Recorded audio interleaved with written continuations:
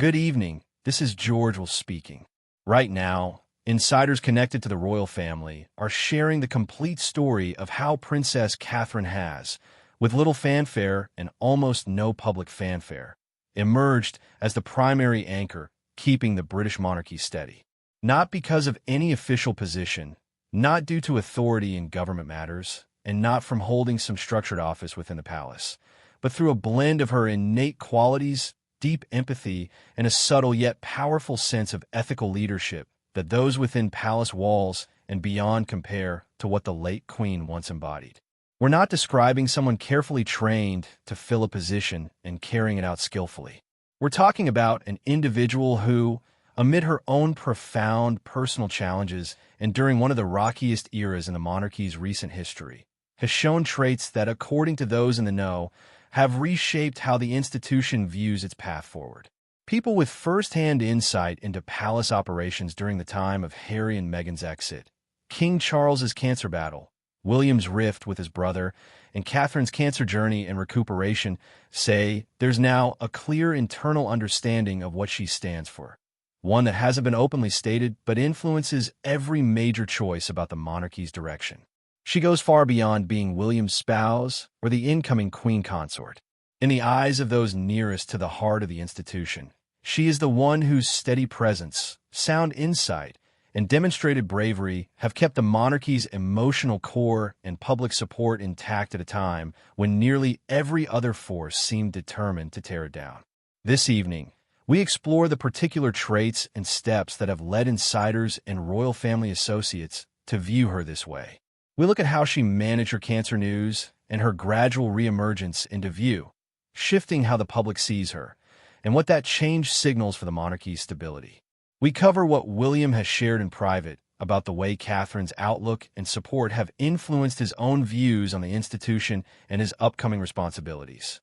We discuss how she has served as the essential balance against the harm from Harry and Meghan's outspoken efforts, and why her method has proven far more powerful than any formal palace messaging plan. We also hear what sources reveal about the bond between Catherine and King Charles, strengthened by their parallel struggles with serious health issues, and what her unique resilience reveals about the monarchy's real requirements for thriving in the 21st century. In a family where several members' decisions have harmed the institution, one individual has consistently chosen paths that have silently yet powerfully reinforced it. Before diving deeper, please take a moment to subscribe and enable notifications. Everything you're about to hear draws from people near to Catherine and William, from observers inside and around the royal establishment who have watched her contributions through this trying chapter in the monarchy's story, and from experts tracking British public attitudes who have measured the impact of her conduct on views of the crown. This is an idle royal rumor. This is about a woman whose personal integrity has, perhaps unintentionally, become the strongest case the monarchy can make for why it should endure. So go ahead and subscribe, and let's begin. We start with the cancer announcement and her approach to it, because that moment offers the sharpest insight into the characteristics insiders say set her apart and render her indispensable in the eyes of the institution. In March 2024, Catherine shared her cancer diagnosis via a self-written, self-delivered video that upended nearly every long-standing royal protocol for handling private health matters. There was no official palace statement crafted by spokespeople, no intermediaries or the usual communications machinery that has long controlled information about senior royals. Instead, she appeared in her garden, speaking straight to the camera and to the people in her authentic voice about a frightening, deeply private ordeal. She showed visible emotion. She openly admitted her fears. She acknowledged the unknowns ahead. And she requested space while simultaneously offering the public the openness needed to feel truly linked to her. The public's reaction stood apart from anything the monarchy has seen in generations. Not the polite, distant sympathy usual for royal updates, but something far more direct and heartfelt. A surge of support that spanned all ages and backgrounds, touching even those who had shown little prior interest in the royals, and drawing sincere concern from groups that surveys had pegged as least committed to the crown's longevity. Insiders monitoring palace sentiment tracking called it one of the biggest upticks in positive feelings toward the monarchy since the Queen's early reign. What sparked that wave wasn't merely the news itself, but how it was shared. In an establishment that has long seen personal openness as a potential threat, that has layered professional oversight on every detail about senior members, and that has viewed any break from poised reserve as risky, Catherine opted for openness. She spoke as one person to others about a real struggle, delivering the kind of authentic exchange the public hadn't received from the monarchy in ages. Not scripted spectacle, but true human connection. Those near her insist this wasn't plotted with PR experts. It stemmed from her own deep sense of what the moment called for. Not institutional guidelines, but straightforward truth. That gap between following her gut toward genuineness and sticking to traditional protocol is, according to sources, exactly why she stands out and why the monarchy sees her as vital right now.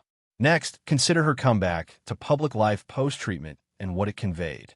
The timing and style of her return carried as much weight as the announcement itself.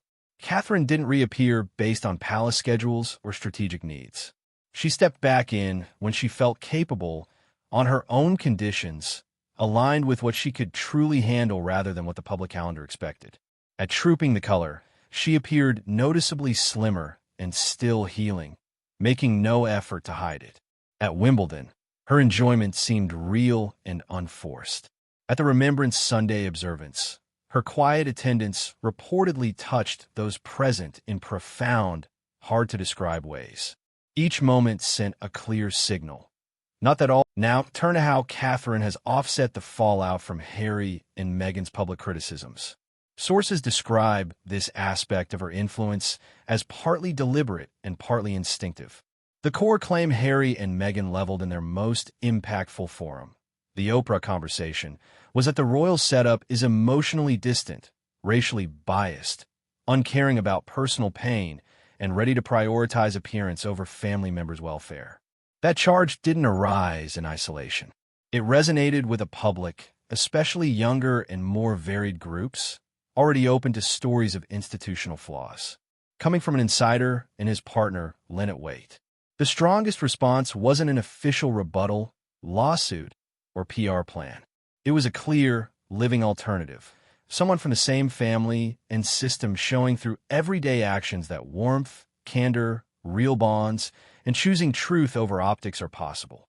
Catherine has delivered precisely that, without once directly countering Harry and Meghan or fueling controversy, simply by conducting herself publicly as she does. When she spoke from her garden about her cancer, she contradicted everything they had accused the institution of being. She refused to shield reputation at the expense of her own humanity. She prioritized being real over protecting the facade.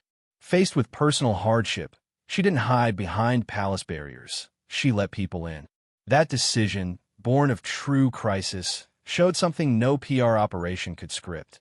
That when it counts, the people within can be authentic. Analysts reviewing opinion data before and after her announcement in return note clear improvements, not just in views of her personally, already favorable, but in wider perceptions of the monarchy. Fewer people across groups saw it as detached, chilly, or irrelevant to everyday life. Even among younger adults, the group most swayed by Harry and Meghan's account and most doubtful of the crown, the change, though modest, stood out. Consider what William has confided about Catherine and her impact.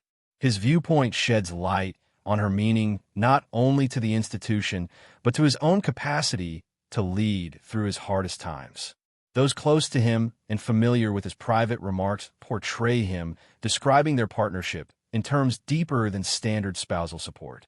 Sources say he calls her the person whose perspective he relies on more than anyone's, not just from affection and loyalty, but from her exceptional clarity about individuals, circumstances, and priorities, which has become essential to his decision-making. On the Harry matter in particular, sources note Catherine's input has heavily shaped William's stance. Meghan's direct criticisms of Catherine, in Oprah, Netflix, and the book, reached worldwide audiences and gained traction for many. Catherine stayed quiet. No public corrections, no leaks to friendly outlets, no indirect pushback. Sources say that restraint came at a personal price. It's hard to let misleading claims stand unchallenged to millions. But she held firm, believing public escalation would hurt the family and children more than silence would hurt her. William has shared with trusted friends that her poise amid those attacks is among her qualities he admires most. He said it's a resilience he doubts matching himself, and her choice to endure without striking back has solidified his view that permanent distance from Harry is necessary. Not out of bitterness, but from sober judgment that certain bonds, once so damaged, can't be safely restored. On the monarchy's path ahead, sources portray William and Catherine as truly in sync, thinking jointly about challenges beyond mere shared duties. They've reviewed data on younger generations' attitudes. They've weighed what changes the institution must make to stay relevant through shifts in society. They've considered how to guide their children's view of royal life, especially preparing George for his future without stealing his youth. These are deep, ongoing discussions between equals who care passionately about the same things, not one leading and the other following. Now look at the evolving closeness between Catherine and King Charles, forged through simultaneous health battles. Sources call this one of the most significant yet under-discussed aspects of today's royal dynamics. Both faced cancer publicly within weeks. Charles in February 2024, Catherine soon after. They navigated treatment unknowns, physical and emotional tolls, and intense scrutiny as two of the planet's most observed figures. That common ground has built a real, profound connection that wasn't as strong previously. Those near Charles say he now holds deep respect for her. In private, he has praised her as embodying precisely what the monarchy requires: dedication, sincerity, the ability to reach people, and the resolve to do what's right despite heavy personal tolls. He has spoken of her as the institution's future, instilling genuine optimism in him amid his own illness, family grief, and other strains. Catherine, meanwhile, has offered Charles meaningful personal support during his treatment. Regular check-ins, presence, and the attentive kindness sources say defines her both privately and publicly. Charles hasn't often had unguarded closeness in his life, but sources indicate this bond with Catherine has brought him real solace during his reign's toughest phase. What does Catherine's distinctive resilience reveal about the monarchy's survival needs? Her traits highlight why some institutions endure while others fade. Institutions last not just through rules, customs, or legal safeguards, but because people believe in them, because they inspire enough emotional commitment and sense of worth among those who sustain them. The monarchy's challenge with younger Brits isn't mainly ideological or political, it's emotional. It's the gradual fading of belief that the crown is relevant, tied to their lives, or deserving of care. Catherine answers that emotional gap in ways no strategy or reform can fabricate. She does it by visibly striving to fulfill her role well, to connect sincerely with those she encounters, to speak truthfully when it's tough, to appear when appearing is difficult. That honest effort, offered in good faith, is what draws people to public figures when anything does. It transforms mere acceptance of an institution into personal stake in its success. Palace sources have a particular way of describing her influence on public mood. She convinces people the monarchy is worth standing up for, not merely important, customary, or constitutionally necessary, but something they feel the loss of, something that touches them individually. That's a stronger, more resilient support than poll numbers showing broad approval. It's the kind that endures pressure. This is why sources call her the monarchy's deepest safeguard, not as a last-ditch effort, but as its most essential, enduring rationale. Her communication style also marks a potential shift for the institution. It's not just personal preference. It suggests a new way forward. Historically, the royals have operated on tight control and limited sharing, deciding what gets revealed, when, how, and through what lens. That worked in a 20th century media world where the palace could shape narratives effectively. It has faltered as information flows freely, public trust in polished stories erodes, and the gap between curated royal life and real human messiness undermines rather than shields credibility. Catherine's announcement proved another path works better. By owning the timing, format, and wording and delivering it personally, she seized control of the narrative proactively, not reacting to rumors or leaks. The outcome wasn't the feared credibility hit. It was a credibility boost the institution hasn't seen lately. Sources say this has sparked palace debates about messaging, with some recognizing her method as a valuable template for building trust in today's environment, while others cling to old habits of control and feel uneasy about unfiltered senior royal voices. The tension lingers unresolved, but her results speak clearly about what resonates publicly. Finally, 3 possible futures for what Catherine means to the monarchy's trajectory, because grasping her importance means picturing the institution with and without her contribution. In Scenario 1, her recovery continues solidly, allowing her to assume a more prominent public presence in years ahead. As William's reign nears, she becomes the most relatable, trusted representative to the groups the monarchy most needs to win over. Her blend of kindness, realness, and evident bravery keeps generating connections that counter worrisome trends William has privately noted. The monarchy he inherits ends up more robust than current surveys predict, thanks to both their efforts.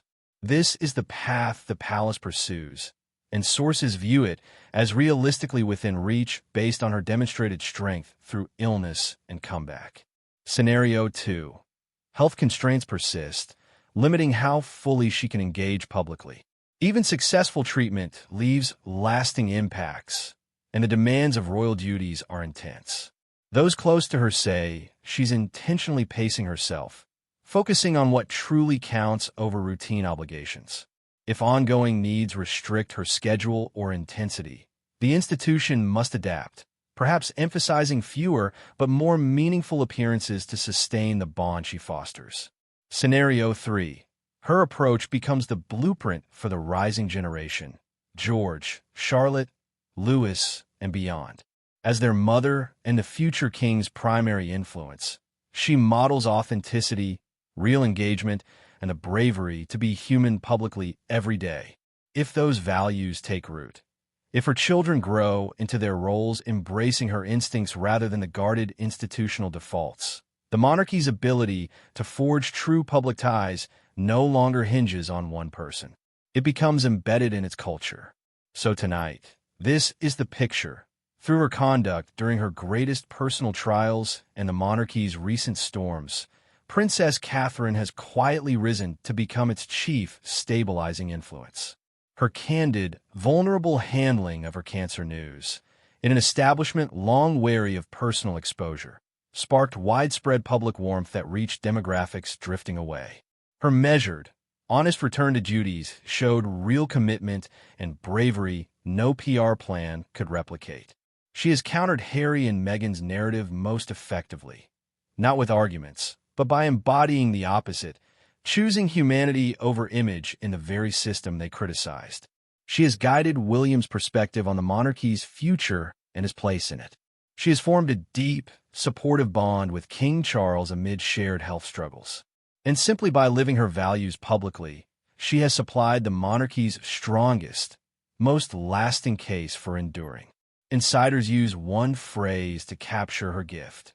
She makes the monarchy worth defending, not just accepting out of habit or tradition, but actively valuing as something personal, meaningful, and worth preserving because someone admirable visibly believes in it.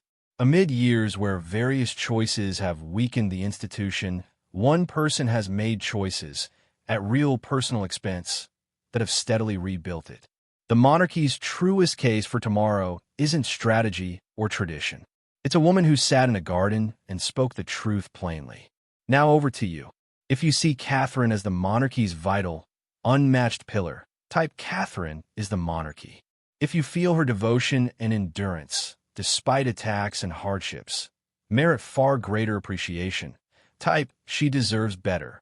If you think William's effectiveness as future king relies on her in ways too often overlooked, type William is lucky. If you hold that true character underpins it all, that the monarchy's finest defense is a woman who picked honesty over secrecy and presence over withdrawal when absence would have been excused, and that her contributions through these difficult years deserve full acknowledgement. Then smash the like button, subscribe, and turn on notifications. The monarchy has weathered scandals, exits, and turmoil before. What has pulled it through each crisis isn't buildings, ceremonies, or legal frameworks. It's the individuals within who, when it matters most, prove worthy of the faith invested in them. Catherine embodies that now, and the monarchy stands stronger because of it, though the full measure may only emerge in histories yet to come. I'm George Will. Thanks for joining, and catch you next time.